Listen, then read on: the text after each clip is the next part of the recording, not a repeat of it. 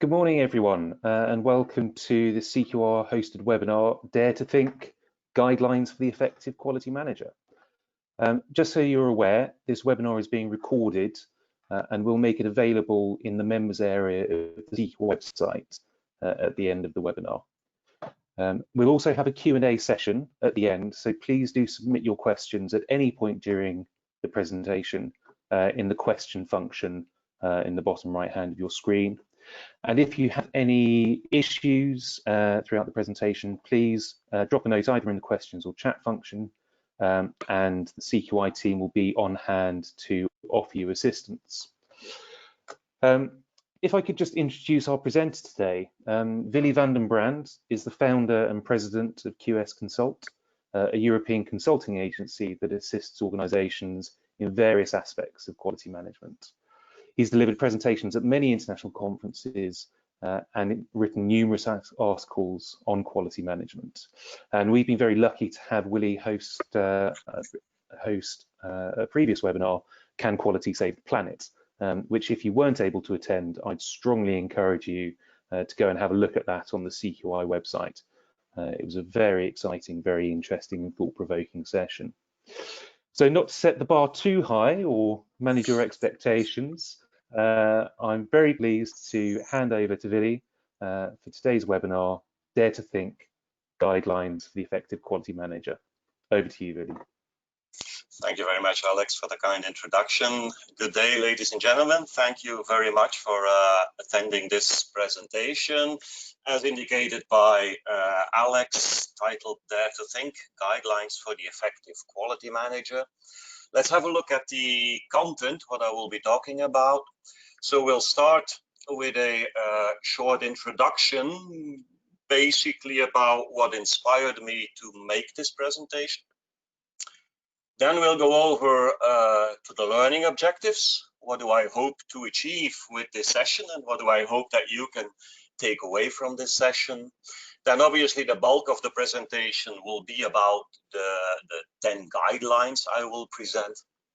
And I will end with some conclusions which basically will be a sort of a generic mission and vision for quality, and which will be based on the guidelines and the bulk of the content that I have given. Okay. So let's start with the introduction and with the sources of inspiration for this talk. And the first one is this nice gentleman, Immanuel Kant, who wrote his famous book, Kritik der reinen Vernunft, German philosopher, of course, very well known. And Immanuel Kant had a catchphrase in his time. It wouldn't be called a catchphrase, I guess, but his basic statement was sapere aude, which means dare to know. But in order to know, you need to think. So the basic title statement is coming from this statement from Immanuel Kant. Second source of inspiration is this young lady. Well, actually, it's a fictitious person, because it's Anna Karenina, the very well-known novel by Leo Tolstoy. And I've used this novel and many sentences of it in many presentations because it contains a lot of very interesting thoughts on quality. I advise everybody to read it. It's an amazing novel, of course. But today I use it for the very first sentence of the book. And the very first sentence of the book goes something like this: all happy families are happy in the same way, but all unhappy families are unhappy in their own unique way. And if I translate that to business, I would translate it as all success stories are more or less the same. And basically, if you ask me, a little bit boring. But all failures are unique, and from mistakes, we can learn a lot. And I'm always very disappointed that in magazines, you read so little about failures or mistakes. And if I look at the learning objectives that I want to bring, I want to challenge you to challenge your ideas about quality, or at least some of your ideas about quality. So not everything I say will be very popular with quality professionals, but from friction comes shine. So I hope we can get some nice discussions on that at the end of the presentation. So that's one.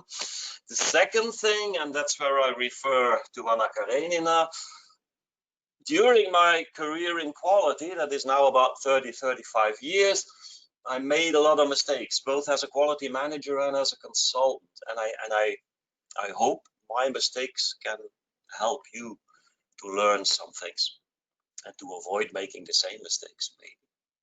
And finally, I will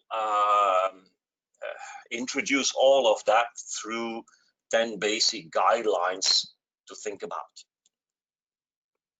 Now, before we begin, and I know many companies do that when they start a meeting, they start with some safety warnings. There are some risks towards thinking for yourself. This is one example that maybe not all organizations are very sympathetic towards people that think for themselves, as you can see here in this job interview. And another warning is something that used to happen when I was discussing with colleagues, and there was one colleague that would always come with the same remark. We'd be discussing something, and I would say, well, I will need to think about this a little deeper before I can make a comment.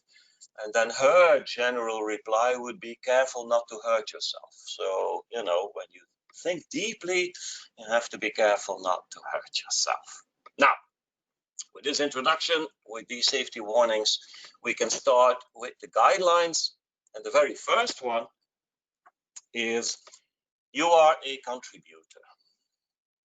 Now, this guideline, this phrase, is valid for any job. So it's irrespective of quality. I will focus it on quality and quality jobs. But fundamentally, what it means is that, in all essence, it is not about quality. It is not about the quality department. It is not about the quality function. It is not about your title as quality manager. It's about what the contribution of all these things is to the overall company result. Because that is what we all are within an organization. Each of us, no matter what our position, no matter what our job, are contributing to an overall result, hopefully a successful result. And I think sometimes we tend to forget that. And we tend to find our own job more important than the overall result, but it never is. Now, I know many of the participants are from the UK, so most of you will know John Cleese, famous from Monty Python. But John Cleese also made several business videos, and some of you may have seen them. They're hilarious, so if you have a chance to see them, you should, I think. But he was asked once, what is, in your view, the biggest problem in business? And his immediate response was management ego. And I think we have to be very aware of that, not to be over egocentric. And I'll give one example specific to quality now. We live in what today is very often called a VUCA world. I'm not a big fan of all of these flashy terms, but we cannot deny that today organizations have to be more flexible, more agile than they had to be before.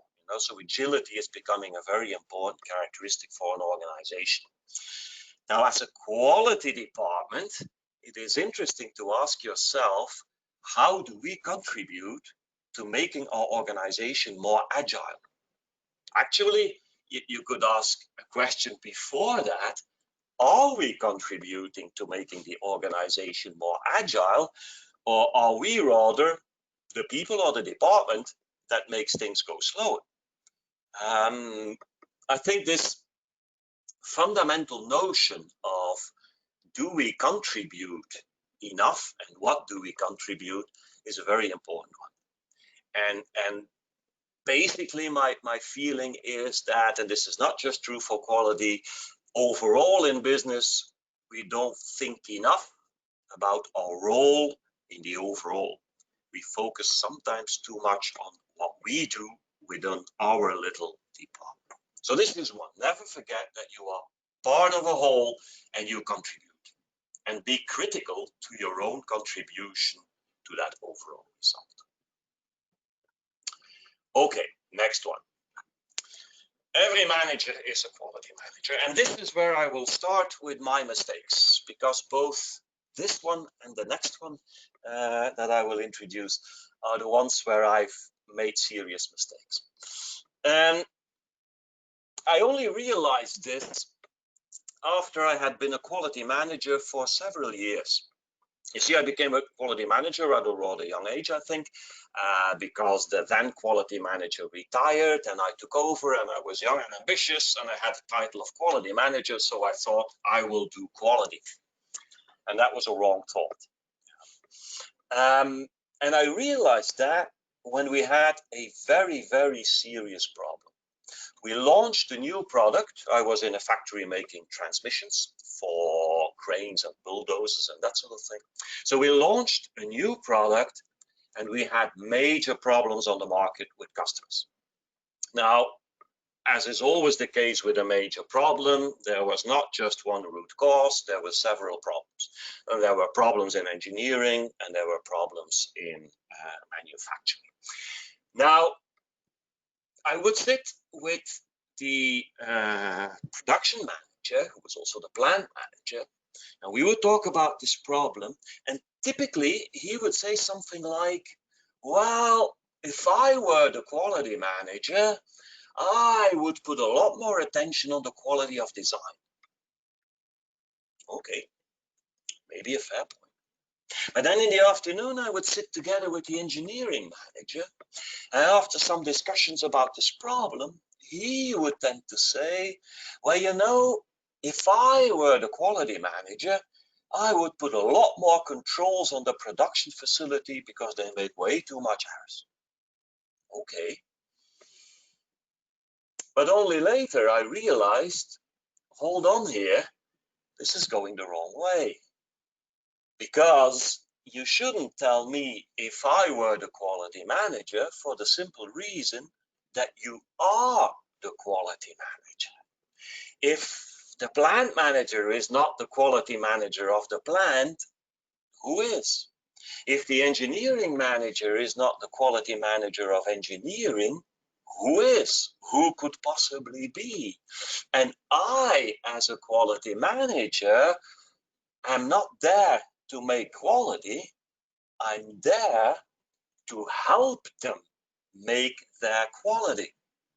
I'm there maybe to create an atmosphere, today we would call that a culture, in which everybody thinks quality while doing his or her job. Now, whether it's engineering or production or marketing or sales or whatever, that is where the quality is made. And again, it was a serious mistake of me to think that quality would make quality. You mean the quality department would make quality. We are enablers, and we should get better at enabling. You know, we are catalysts, and we should focus on that job so that the rest can become better. It's mistake number one, I think, I made, and I think it's important, especially to young quality professionals, to realize that. And the next point is mistake number two. And the mistake number two is the urge for perfectionism. And I noted a rather serious slogan here: perfectionism kills. In fact, you know, it is known that people with perfectionist traits are more prone to suicide. But that's a bit too harsh here. But what I mean is that in quality, we have to be careful with focusing very much on perfectionism. And a link to that is, a solution is only a solution if it's a perfect solution, which is also something that is often alive within people and within organizations, and that is not always the best approach towards a problem. In fact, in today's fast-changing world, it might be a totally wrong approach. I'll detail it later on. Now, a statement that is illustrating this very much is this one, pardon my French. Le mieux est l'ennemi du bien, which basically means the best is the enemy of good.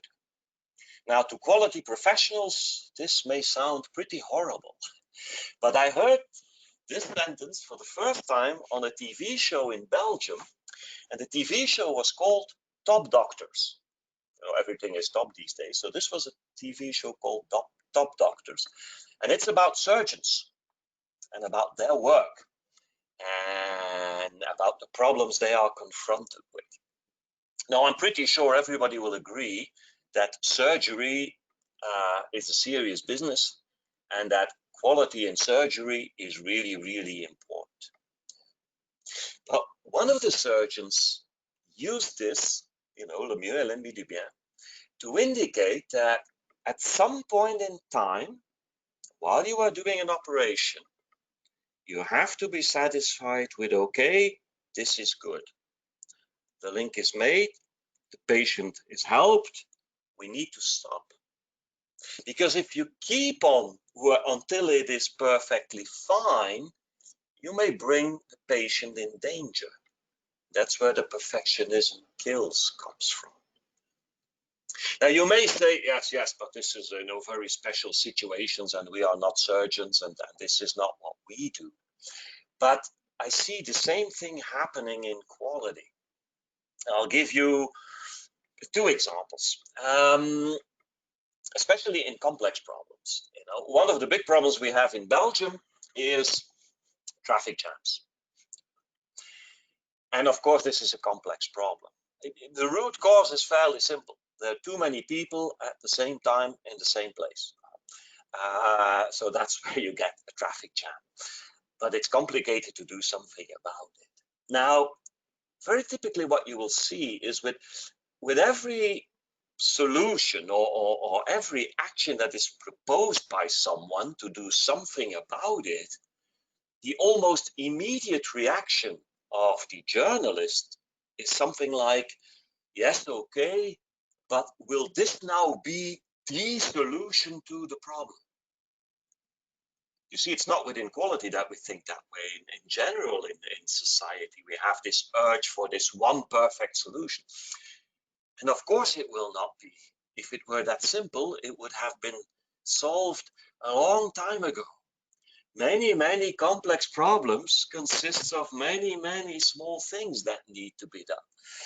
But every action that leads to improvement is worth taking. Don't wait for the final solution because it does not exist, again, especially in complex problems. And I'll give another example.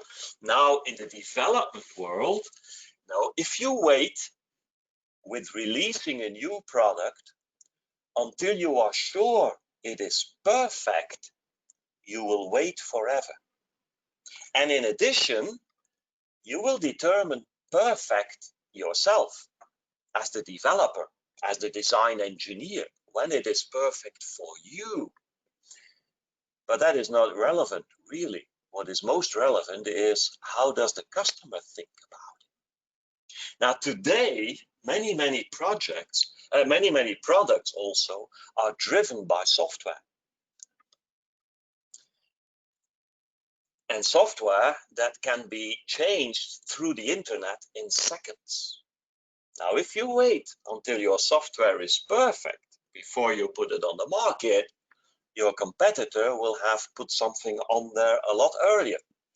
The thought of minimal viable product. That's going to be very important. And if we talk about being agile, that is an important thing to think about. So don't wait for perfection. You might wait forever. And one thing I also think, and this is a little side issue, but I think it's important, in literature today, in quality organizations, you still see that the people that are active there are to a large extent coming from manufacturing. Whereas our industry in total is now 3/4 services. And we have not been good at translating quality thinking from a manufacturing environment to a service environment. And I think one of the reasons is this. If you make products and you have a specification and all the products have to be within the specification, you go for perfectionism. But in service, and especially in frontline service, where you're dealing with people, nothing is perfect. None of these people that you deal with is perfect. None of them will behave exactly as you would like them to behave. A good friend of mine, a German colleague, he used to call this CCC, customer created chaos. That's what you have in service. But it's a bit of a negative term. It's not the customer creating the chaos. It's we that need to be able to deal with imperfection of inputs, in this case, our customers. And I think if we want to do better and have a bigger impact in the service industry, we have to get away from this perfectionism. Okay, so already 2 mistakes I made that you can learn from. Next point, quality gurus. Now, this is something where I want you to think a little bit about this list and think about who in your view, in your mind, is the most important quality guru that we have. Now, there are some names on here: Schuhart, Deming, Juran, Ishikawa. Of course, there are a lot missing. I could add Feigenbaum, I could add Phil Crosby, Oakes, many others. So that's why the 5, someone not on this list. You could also think me, all right, I don't know, maybe all right. And I know that in literature in quality, you often have debates, and you see people tend to become, I would say, followers of one of these gurus. That's obviously, you know, the meaning of the word guru, somebody who attracts followers. So that's one reason why I don't like it. Okay, I think the word guru is wrong in any business situation, actually. But also, it is not good to be a follower. All of these people, and many more, not on this list, have generated very interesting ideas about quality. So they're all important. And actually, linked to this question, who is the most important quality guru, is the next question: does it really matter? In my mind, it doesn't. As I said, all of them created interesting ideas, and it's interesting to read all the things you can read and to look at the various ideas and combine them, because all of them can be valuable. But there is, and this is generally for the quality world, I think, a serious problem with this list, and even with the people not on this list, the known people. You see, the list is not an example of diversity. Far from it. It are all men, they are all dead, and they all did their most important work 30 to 40 years ago. I think this should really worry us. It should really worry us, because it means that over the last, let's say, 25, 30 years, nothing much new has been added to quality management. Now, there are 2 possibilities. The first possibility is everything has been said, which is possible. No, everything has been said. And then we should worry about our impact. If everything has been said about quality, and quality is very important, why don't we see that in business? Why don't we see, for instance, quality as one of the major topics in MBA courses? To indicate that quality is not that important in business, when making up this list, I did a few Google searches, not for quality gurus, but I did Google searches for business gurus. And then you come up, with Fortune magazine and Harvard Business Review and the likes. There are lots and lots of lists you will get. and you have top 20s and 50s and even top hundreds of business groups. Well, it is a little bit sobering and disappointing, but in none of the lists that I found were any of our quality gurus. And also, these lists were much, much more diverse. There were people in there from all over the world, from all colors, from all genders. It was a very mixed list with also all ages, people's at 30s and 40s. So I think in quality we really need to worry about that. Have we stopped thinking at some point in time? And if not, have we been communicating properly? And maybe we haven't.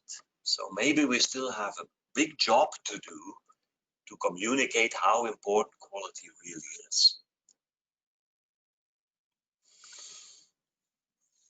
And then I come to the next point. Steel. This doesn't seem very, very morally high standard. And in fact, when I created this presentation, I did not create it for this specific webinar. It was created for an American Society for Quality conference, World Conference on Quality and Improvement. That, because of COVID, was cancelled, of course. But I gave it there also in a digital form. And when you apply for an ASQ presentation, you are judged. You know, there are a couple of, it's peer reviewed, let's put it that way. And one of the commenters had big problems with this steel. He wondered if it was acceptable. And he talked about intellectual property and that sort of thing. I should not promote steel. But that is, of course, not what I mean with this steel. What I mean with this is steel with your eyes and ears.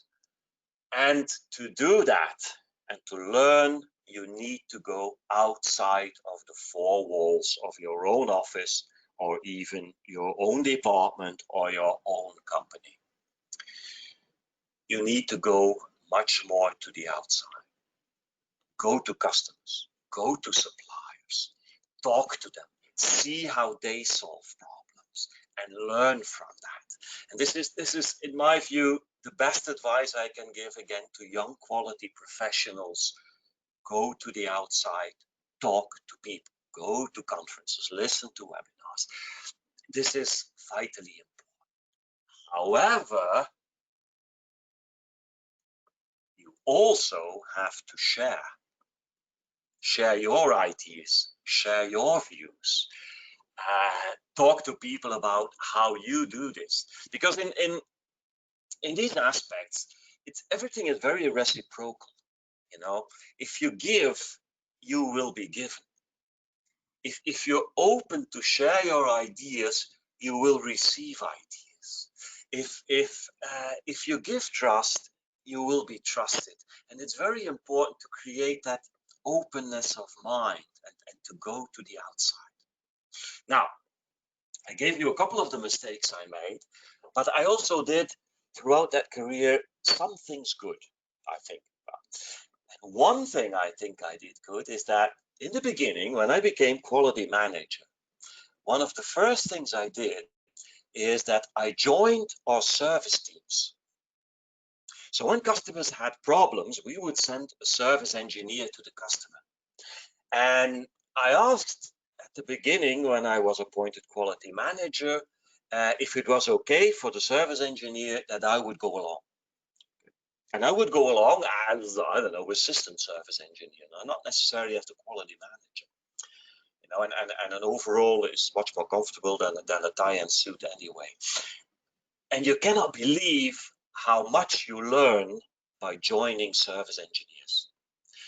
Because that is where you see how your customer is using your product, what he's doing with it. You're talking to people in the assembly line, what problems they have with your product, and that is where you learn the most.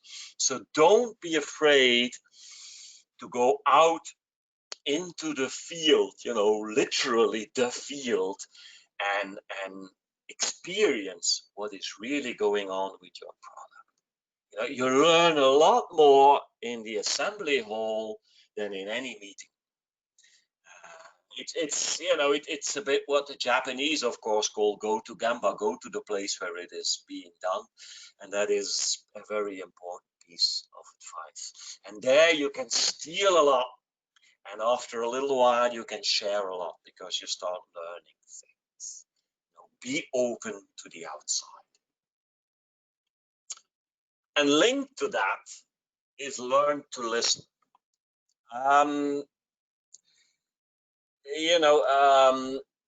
There's been at some point in time a slogan was very popular: management by walking around, MBWA. And actually that's the previous point, go and see what is happening. But learn to listen is also a very, very important one. We live in a complex world, and it is impossible to know everything. So it is very important to rely on what specialists tell you.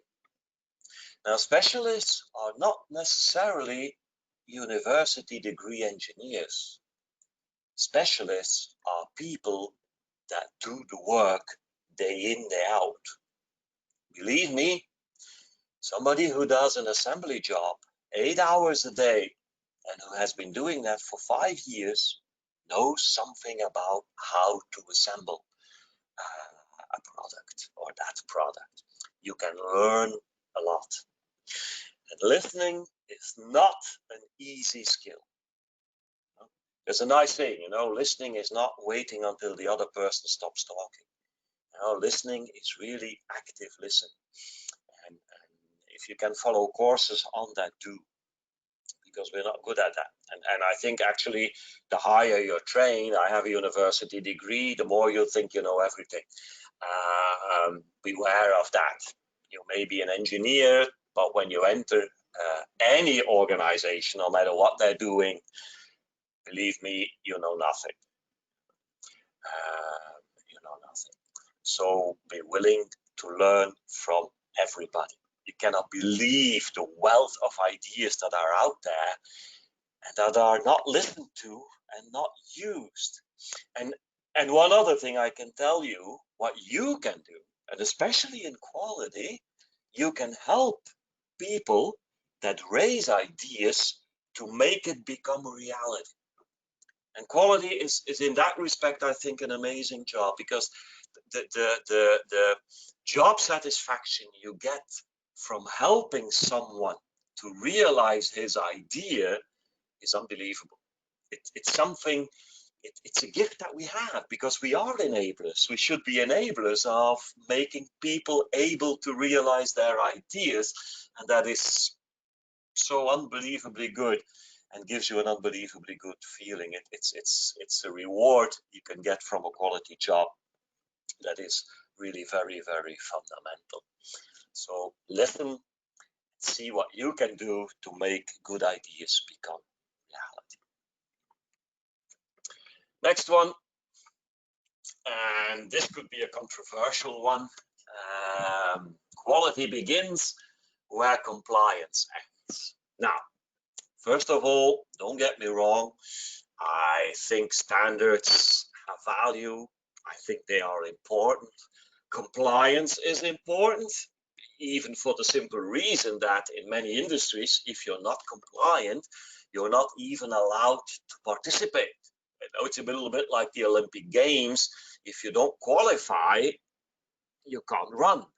So you need compliance. You need to fulfill standards. You need certain certifications for the simple reason that you need them.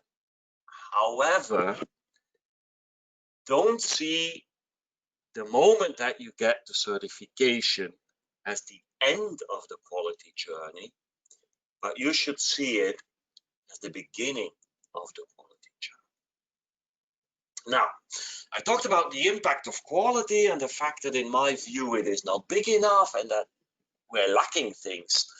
Now, suppose I were to give a presentation titled "How to Convince Top Management of the Importance of Quality." And I would ask CQI, are you interested in having that on as a webinar? I think they would be. Well, I could be wrong, but I think they would be interested. And I think a lot of people would be interested in listening to it.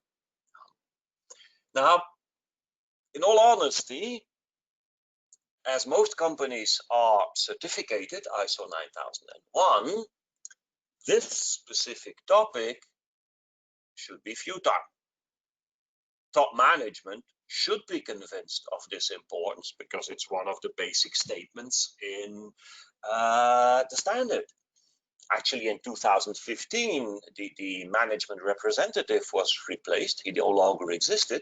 And everybody said top management will need to do that. So this thing should be of zero interest because it's been realized everywhere. In all honesty, as a consultant, with what I see in the field, I have a little bit of doubt. See? I did a lot of ISO 9000 work a long time ago. And I saw some of the standard changes. The big change was in 2000, when from a procedural standard, it was changed into a process management standard with a process view. And within 3 years, all companies all over the world were all of a sudden process oriented. I have some doubts. In 2015, risk-based thinking became one of the key issues. Within 3 years, all companies all over the world were risk-based thinking in everything they did. I have some doubts. Say again, I think standards are very valuable. You have to comply to many things. There's no other way. But if you want to be successful, if you want to win the Olympic Games, you will need to see this as an entry, not as an end. That could be a nice topic for some questions, I guess. Next point, he who communicates is king. And the first time I heard this was from the then CEO of the Nissan plant in Sunderland, who gave a speech in Belgium, and this was one of his key slides. He who communicates is king. I talked about our gurus and all the things that have been said about quality, and did we communicate this well? And I think we do have a communications job. First of all, I think the biggest task we have within an organization is actually communication. Now, I just talked about convincing top management. And some of you may know Peter Drucker. Peter Drucker is one of these people that do appear on these lists of business gurus. And Peter Drucker was interviewed once by Greg Watson, who was at that time president of the American Society for Quality. And it was a video interview. And Greg Watson asked Peter Drucker, well, you know, one of the problems that many of our members are struggling with is how to convince top management of the importance of quality. And Peter Drucker answered, that's not your job. Now that was a surprising answer, a bit disappointing as well, because everybody wanted to know how to do that. He said, that's not your job. You don't need to convince top management of the importance of quality. Your job is to communicate, to show what the situation is, to show what non-quality costs, to show what quality could bring. Because these people in power, this top management, they're not idiots. They know that they need to do the things that are best for the organization.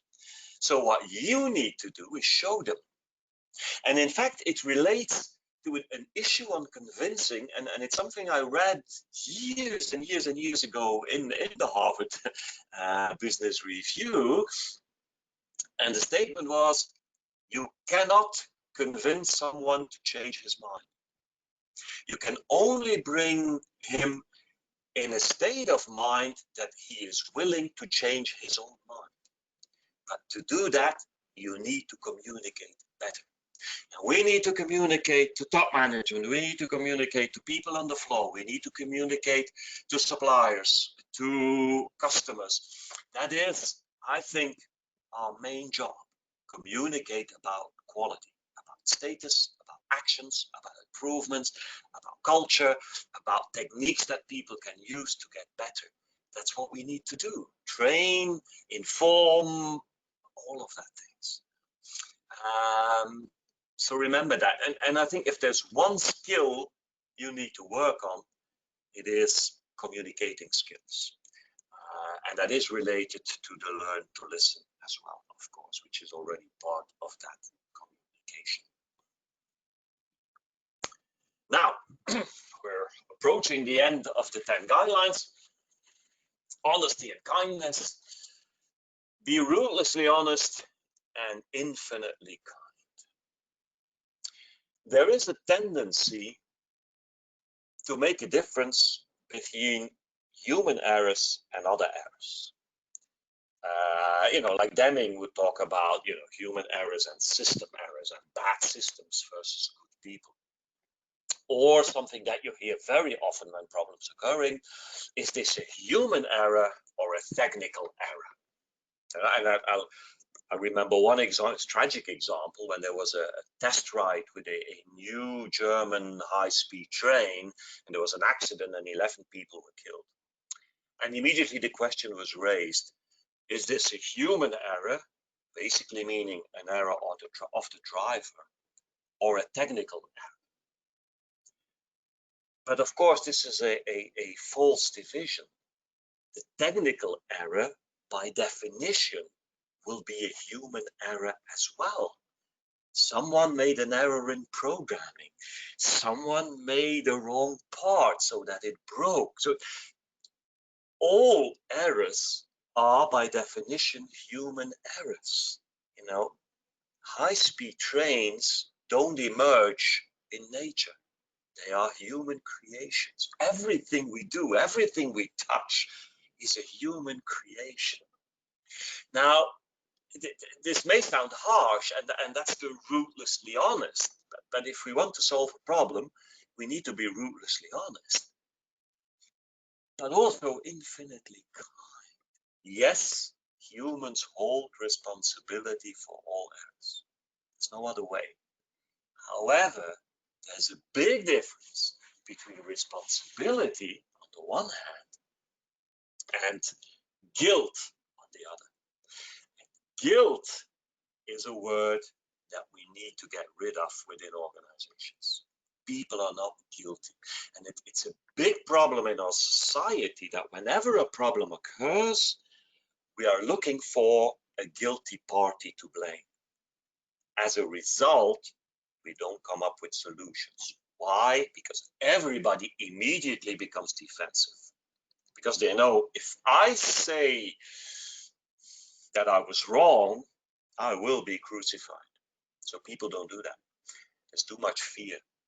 You want to avoid that within your organization. It's very, very difficult, but it has to be done this way. However, it does not resolve us of our need to be ruthlessly honest. We need to find out where things went wrong if we want to do something about it. And then lastly, is this what you want to keep doing? Because this is directed towards people in quality professions, so quality professionals. You don't have to stay in quality. Actually, what you don't need to do is plan a career or follow a career path. I think in this day and age, with so much quick changes, and I read something like, within 5 years, 30% of the jobs will be jobs that don't exist today. You cannot plan for something that does not exist today. Okay, career paths, in my view, are ridiculous. You shouldn't look at that. So you need to define for yourself, am I still feeling like this is the right thing to do? You don't have to stay in a quality function. And actually, to help quality improve, you don't have to be in a quality function. whatever you do within a value chain, you might even be able to do more for the quality of your organization than in a quality function. So, you know, you don't have to stay in quality. You don't have to stay there to help quality. But one thing I want to add, all jobs are sometimes exactly what a job is, work. So in any job, you'll have good days and bad days. Don't change jobs because you have a bad day. I had a rule for myself. When do I need to change jobs? And the rule is when things become too predictable. You know, and maybe you've been in meeting rooms where a problem is being discussed and you know up front, now this person will say this, and then that person will reply like that. And you know, if subsequently they do, I would advise you to think about changing jobs. Okay, now these were some guidelines. I think it's important to reflect on them, and to help you reflect on them, I made a little self-assessment tool. It's a very simple one. There's an Excel sheet, and I will send it through to CQI. So if you're interested, you can get it through them. You can contact me directly as well. I will mail you this through. And what does it do? What it does is it looks at the guidelines, and it ends with, you know, the question: do I want to keep doing this? And what I want you to do for the self-assessment is to define for yourself how important do I think this rule is in my view. You don't have to think everything I say is important. So how important do I think this is, and how well am I doing? And you score this on a simple score from 1 to 5. And if you fill that in, you get a perceptual map with the various numbers of the guidelines and the position in this performance importance plan. So if there is something rather important and you are performing poorly, this might be the thing where you want to work on. You know, in this case, like 6, 7, 8, something like learn to listen beyond compliance, communication. You think you're not very good at communicating. You think that your quality actions have stopped once the certificate was administered. And you find these things fairly important, while this may be things that you want to take actions on. You know, it's just a little help. Now, putting all of this together into a couple of fundamental conclusions, I've generated a vision and a mission statement. It's very simple. It's a very generic one on what quality wants to achieve and ought to be. Again, you can agree or not agree. And this is what it says for the vision. It's our vision that one day the quality philosophy, knowledge, and tools will be totally integrated in all aspects of the organization and applied by all stakeholders. That's what we hope one day will become reality. And what are we going to do to help achieve this? It's our mission as quality managers, quality divisions, quality professionals to support everyone related to the organization in their efforts to improve by sharing our knowledge on all aspects of quality management and by helping them to apply that knowledge throughout the value chain and beyond. This is what I think in the end, after all these years, is the best I can come up with as to what we want to aspire and how we want to achieve that. Of course, to do something, it has to be turned into a strategy, but a generic one does not exist. So this is where you will need to work on your own strategy. And with that, I want to thank you very, very much for your kind attention. And let's see if we can have some questions and answers. Thanks again. Alex, over to you. Thank you very much, Willy. Once again, a really engaging, thought-provoking presentation. I don't know about anyone else, but I've been frantically scribbling down notes as we go through. We've had a whole bunch of questions come in. We're going to get through those ones we can in the next 10 minutes. Just to reiterate, the presentation is going to be made available in the members area on the CQI website. And if we don't get around to answering your questions, or if you have any further questions, drop the CQI line and we'll see what we can do to address them. There are a couple of things that I wanted to pick up on first, if I may. First of all, this self-assessment tool, I think this is a fantastic resource. I can really see how this can help the quality profession in general, but our members in particular. So just a note to everyone attending, this is a great resource. Use it to help plan your CPD, because your professional development, it's not just about the technical knowledge and skill. It's about the soft skills. It's about values and behaviours. It's about those things that perhaps sit outside the technical nuts and bolts. So use this tool, use it to form your professional development program. I think this is really valuable. On that note, we had a couple of comments and a couple of questions about stealing ideas, of which I'm a huge fan, and the subtleties between theft and research. And I'll leave that to our members' own conscience. We talked about Gemba. We talked about listening to the experts and how those experts can come from anywhere within the organisation. And this idea that your quality guru, where we accept the guru as the person who's speaking truth, who's providing insight to your current situation, your quality guru can come from anywhere in the organisation. So one of the questions that I wanted to ask is how to turn that Gemba, that listening exercise, into meaningful change.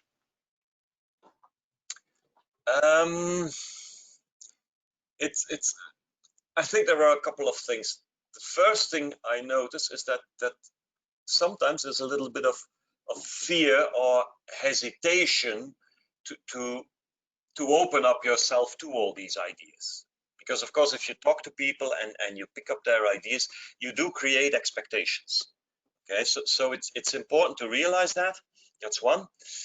And secondly, of course, and the most important one is that if you're asking for ideas, you need to do something with it.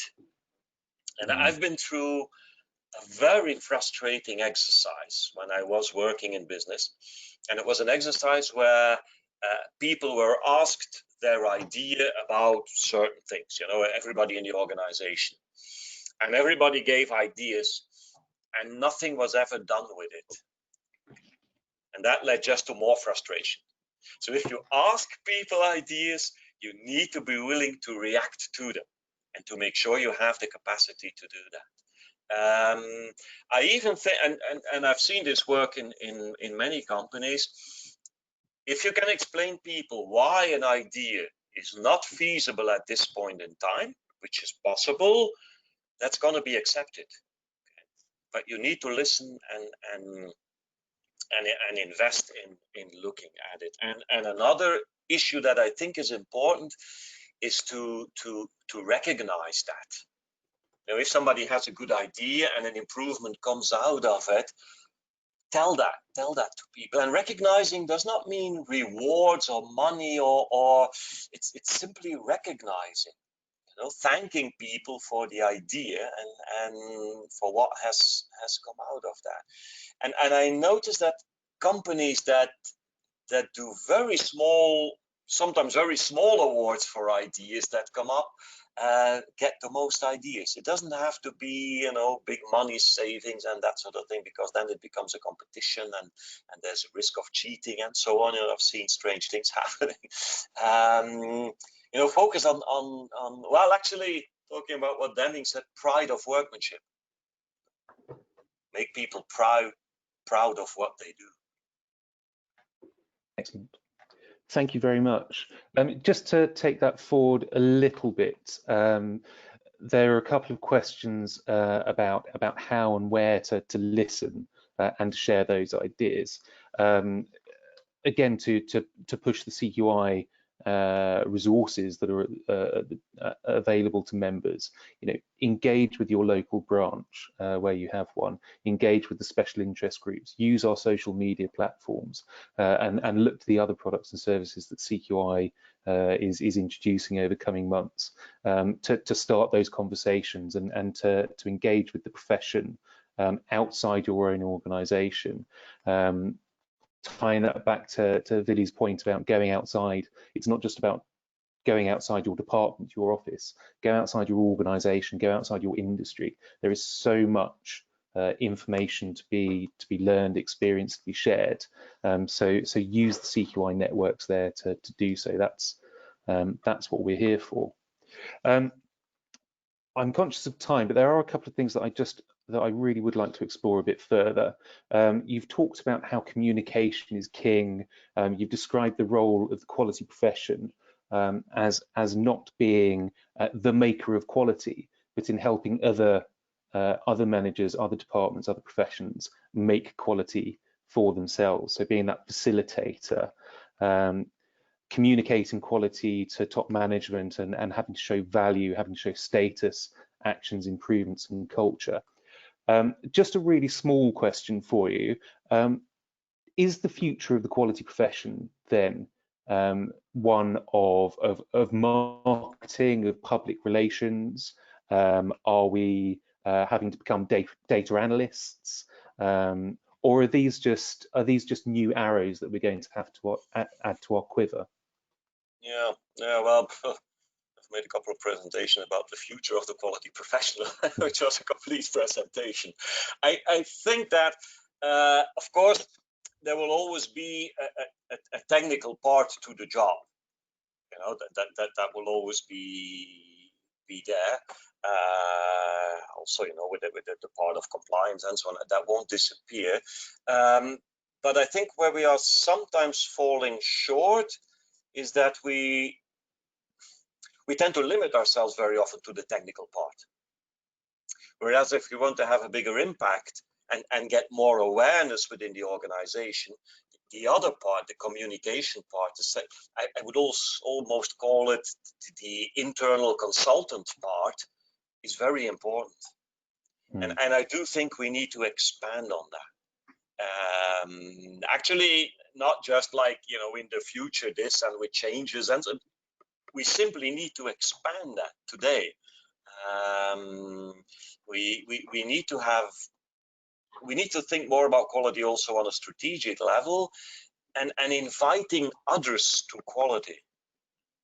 I still think in too many organizations, when you talk about quality, you know, like you talk about quality to the marketing manager, you say, oh, but I'll put you through with the quality manager. You know, that thinking, we need to change that. And that means we need to share our knowledge, and we need to communicate better. And I do think that's something that we haven't done well enough. We have focused maybe too much on the technical aspects of quality and not enough on that part. Yeah. What I would call the managerial aspects. Yeah. That's why, you know, the slogan, every manager is a quality manager. If the managers in your organization don't see it that way, you still have work to do. Yeah. And I would refer back to my point earlier about planning your professional development around that and making sure that you think about those skills, that experience that you need to become that facilitator, that conduit, I suppose, between the technical and managerial. One last point, and then I need to hand over to some CQI notices. Can we just talk about guilt briefly, because I think this is a really important one, and this idea of having organizations with guilt-free culture, and you know, obviously we can hark back to some quotes from Deming around people not failing but processes failing. Is this helpful? Are organizations ready for this? Because ultimately, like it or not, people screw up, and if they're not going to be held to account, how are they going to improve? How is the organization and that individual going to avoid making the same mistake again? Is there a case for dragging people over the coals? Well, held to account is already a tricky expression, I think. Yeah, I primarily, I think nobody enters the company thinking, let's screw up. Okay, nobody does that. So you always have to keep in mind that yes, people make mistakes. First of all, think about yourself. That's why I talked about my mistakes, because we all make mistakes. So yes, people make mistakes, and yes, we can learn from these mistakes. However, we can only learn from these mistakes if there's an environment where we can talk about them. Because what is happening is that very often you don't know who made the mistake, because people hide them. And in that atmosphere, nothing will improve. Yeah.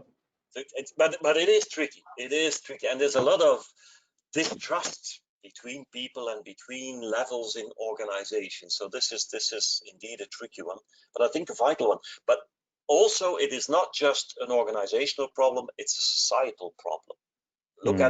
Take any front page of any newspaper, and you will see how much we long to point to someone as the guilty party, so everything is solved, which it is not. And this drags us straight into a discussion about culture, not just culture within organizations, culture within quality, but culture within society as well, which is something that we're going to have to leave for next time. Vili, this has been fascinating. I could carry on talking like this for the rest of the day. I said, Alex, if people still have questions, they can always still mail me or you, and you know, afterwards I can answer. Thank you very much. We'll include some contact details when we send information out. Just to reiterate, a recording of this is going to be available on the website. Just a couple of very quick parish notices, if you could just indulge me for a minute. We've got some more fantastic webinars coming up, so keep an eye out for CQI emails, look at our social media channels and on our website. And remember that within the members area of the website, you can view this and all the other webinars that we've had over the last few months. One quick note, the International Quality Awards entries close this Friday, 31st of July, at 1 minute to midnight British Summer Time. So please get your application in before then. Use this as an opportunity to highlight your contribution to quality, the value of what you do, how you can improve going forwards.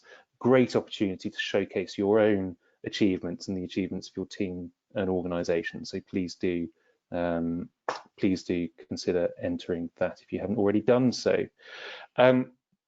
Just to finish off, to say thank you once again, Vili. This has been fantastic. Very grateful for your time, your insight and your expertise. Thank you everyone for attending. I hope you found it useful. Do send us your questions, do send us your comments. We crave your feedback, so when we send out our feedback survey, please let us know what you thought. We'll look forward to hearing from you. No further ado, thank you everyone. I'll look forward to seeing you at the next CQI webinar. Thank you, goodbye. Goodbye.